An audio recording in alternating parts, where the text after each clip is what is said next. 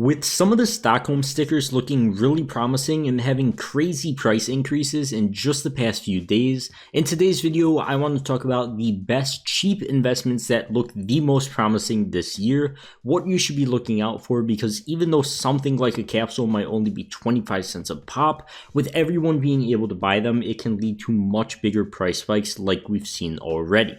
So as always, if you do enjoy, be sure to leave a like and subscribe to the channel if you're new, and check out the sponsor, Skin Club. Skin Club is a CSGO case opening site with over 100 unique cases, a battle game mode, and my personal favorite, with much better odds than the CSGO case opening system, the upgrade system.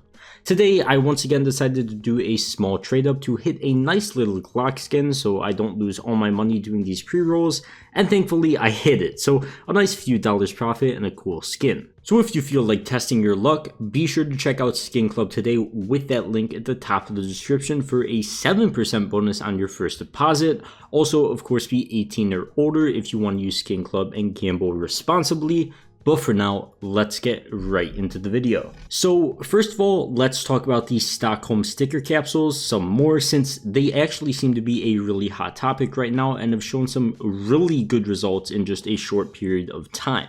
Obviously, at this point, I think they've been through the best part of their run and don't think it's worth investing or buying into right now at all. But there is a lot we can learn from it when it comes to buying sticker capsules in the next major that's just a few months out at this point.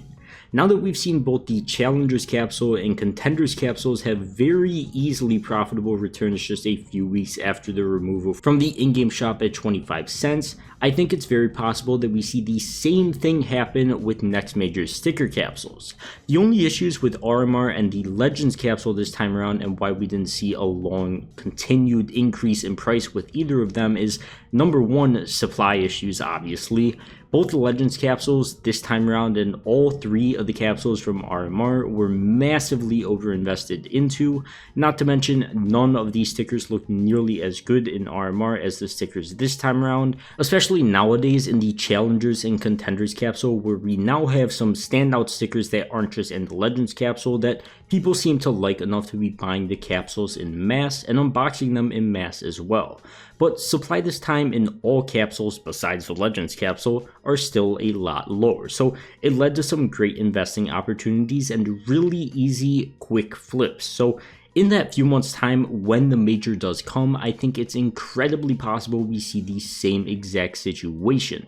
As long as the stickers look decent and people like them as crafts and there isn't massive supply issues as there were with RMR, which I really don't think there will be. I think that was just kind of a one-time absolute horror story situation, especially since it wasn't attached to a major as well. But keeping an eye on the capsules with stickers that people like as crafts that have significantly lower supply than the others, maybe even the Legends capsule will be a good flip next time around. It just all depends on how supply looks. That's the number one thing you want to be looking out for. But it is very possible that this will be one of the best flips, if not the best flips you can make this year. The reason I talk about it so many months ahead is because there's nothing that will possibly double your money like we're seeing now in just a few weeks time. No play skin, no knife, nothing else investing wise is gonna do that in that short of a time period. So it's definitely something that I will be keeping track of next major. I'm going to look at how supply performs these next few weeks with the Stockholm stickers as well.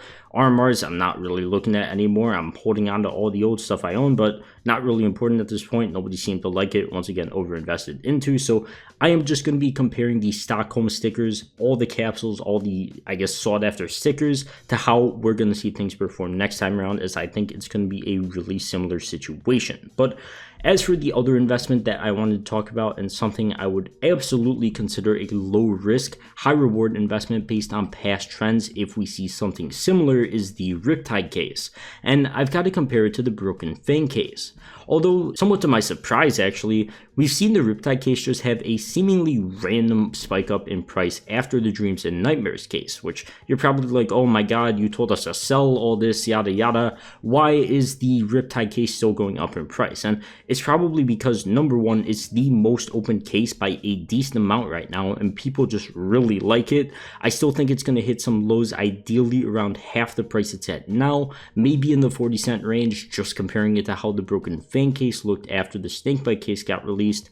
Keep in mind, if you're newer to investing, that this happens because Snakebite cases have the same gloves as Broken Fang, and the Dreams and Nightmares case has the same knives as Riptide, so it's gonna long-term cause the Riptide case to decrease in price when the Dreams and Nightmares case starts falling off in price as more get dropped as well. But I think Riptide cases are going to hit this low like we saw with Broken Fang cases many months out, possibly when a new operation gets released and when we see that one final dip in price before they start increasing again, possibly around the major time this time around, but who really knows? It's kind of just a guesstimate, especially since we have no idea when Valve is going to release this next major.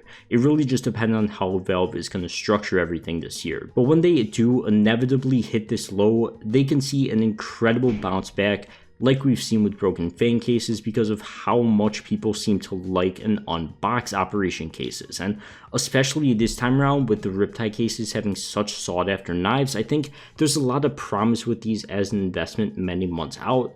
Definitely, once again, would not be buying yet as they just had a big spike, but in a few months time when the Dreams and Nightmares case starts falling off more and more in price, I think these are going to be picking up a lot in price. Also, just to clarify this entirely if you don't fully understand it, the main reason why I think they're still not falling off in price yet is because the Dreams and Nightmares case is still like double the price of Riptide cases on the Steam market, so players are still buying the Riptide case over it. Why would you buy something that's double the price? So when price inevitably falls off over time in the Dreams and Nightmares case, we should see the Riptide case follow suit as well and go off from the 70-cent range or whatever it's at now. So that should happen in the next few weeks as more and more Dreams and Nightmares cases are being dropped and it falls off more and more in price.